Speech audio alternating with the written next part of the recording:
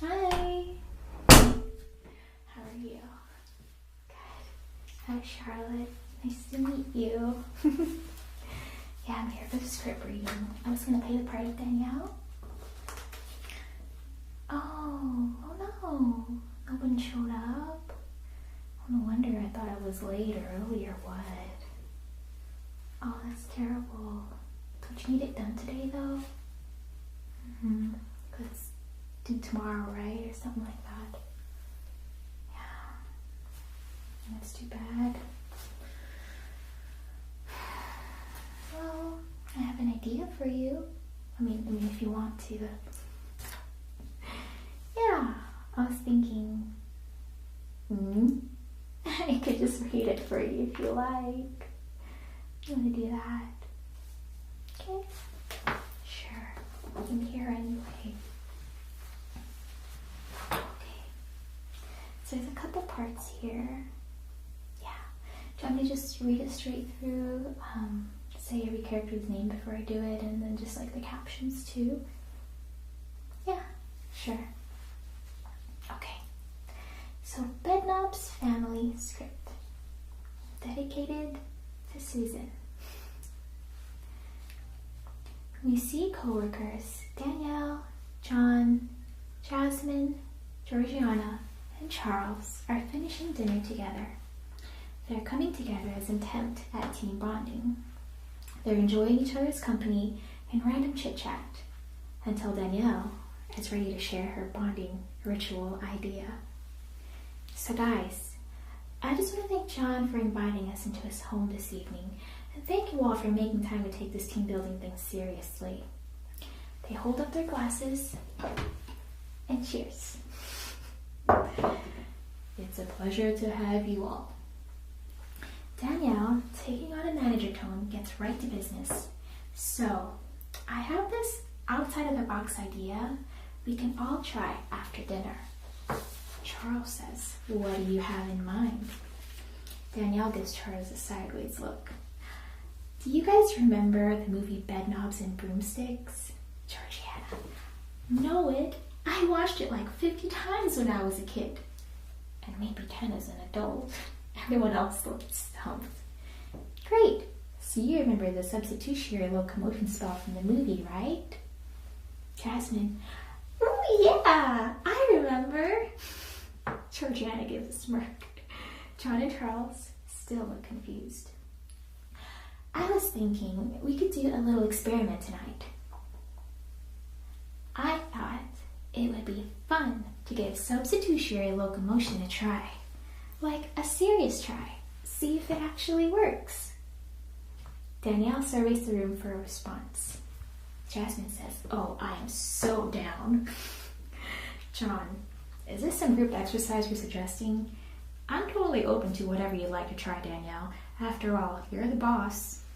Georgiana, sounds fun too, Charles. Sounds fun too. What about you, Charles? Are you in?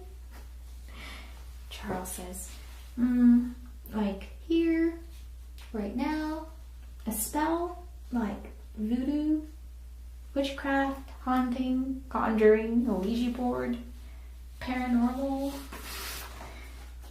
activity, freaky stuff lying all over the room. Jasmine, ooh, you scared? Everybody holds in their laughter except Charles. Daniel, great, it's all settled then. We're all in. Daniel gets up from the table, anxious to get started.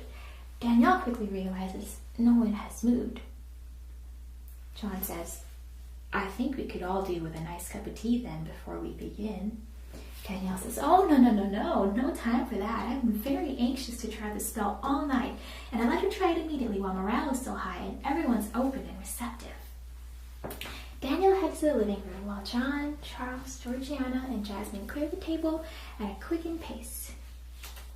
Living room, evening. Danielle starts preparing the living room, closing the curtains, moving the coffee, furniture, table out of the way to create space. She lights a few candles.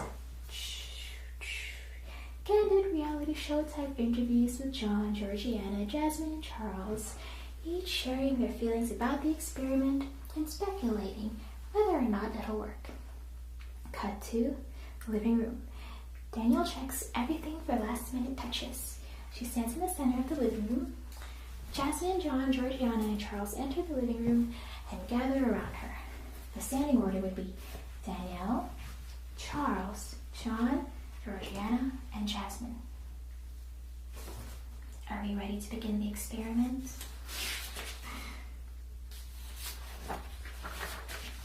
Jasmine smiles and nods. Danielle looks down at John's black shoes. John, kindly let me have your shoes, please. My shoes? Oh yes, all right. What do you need his shoes for? Really, Charles, if you've been paying attention, I should think you'd be aware that substitutionary locomotion is the ancient and mystic art of causing inanimate objects to take on life force of their own. Obviously, I must have inanimate objects to experiment with. Makes sense, doesn't it? Charles' eyes widen and nods as if he was sorry he asked. John removes his last shoe and we see holes in his dark socks, similar to Mr. Brown's socks from the film, a subtle nod to that character. The big right toe is completely sticking out of the right sock, and the back of the left heel is sticking out of the left sock. Georgiana slowly notices John's holes in his socks, but doesn't react. John picks up his shoes off the floor and hands them to Danielle. As she takes the shoes from John, she says, "Stand back, everyone. I need plenty of room." John puts his hand on the shoulders of Charles and Georgiana. Georgiana takes Jasmine by the arm. The whole group stands back. Yes, let's get out of Danielle's way. Give her some space. The group stands near a fireplace, giving Danielle plenty of room to work. As she places the shoes on the center of the living room floor, side by side in a very proper way. After she has them in place, she takes a few steps back. She takes a moment to herself, looking at the shoes. Now, I want you all to be absolutely quiet. Georgiana, can you dim those lights for me, please? Georgiana walks over to dim the living room lights, giving the living room a very dimmed, peaceful feeling. Georgiana walks back and takes her place close to John. That's better. This will help us all relax and concentrate. Now, absolute silence, please.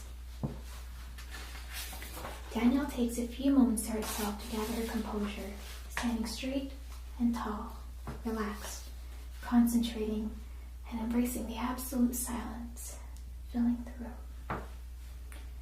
She points her hands like Mrs. Price's character to the movie towards the shoes. Triguna, Macoides, Tricorum, Sadisti. The shoes do not move. Nothing happened. Georgiana quickly pulled Jordan off, hushing her. Danielle takes a few moments to herself again to relax and concentrate, embracing the silence in the room. Charles looks relieved. Triguna, Macoides, Tricorum, Sadisti. She remains motionless on the floor. Am I doing something wrong? Well, to tell you the truth, it does seem a bit old-fashioned. What do you suggest? Maybe you need some tempo, rhythm, or music. Do you mind if we have a go? Of course not. All right, everyone. She needs all the help she can get. John starts creating a tempo.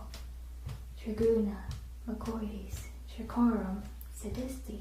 Georgiana starts to follow the chant, then Jasmine, then Charles, and shortly they are all chanting in unison, swinging their arms, swaying their legs, and snapping their fingers. Triguna, Macoides, Tricorum, Sadisti, Triguna, Macoides, Tricorum, Sadisti, singing over the sound of the others chanting. Substitutionary locomotion. It's a path that's far beyond the wildest notion. It's a weird, so feared yet wonderful to see. Substitutionary locomotion, come to me.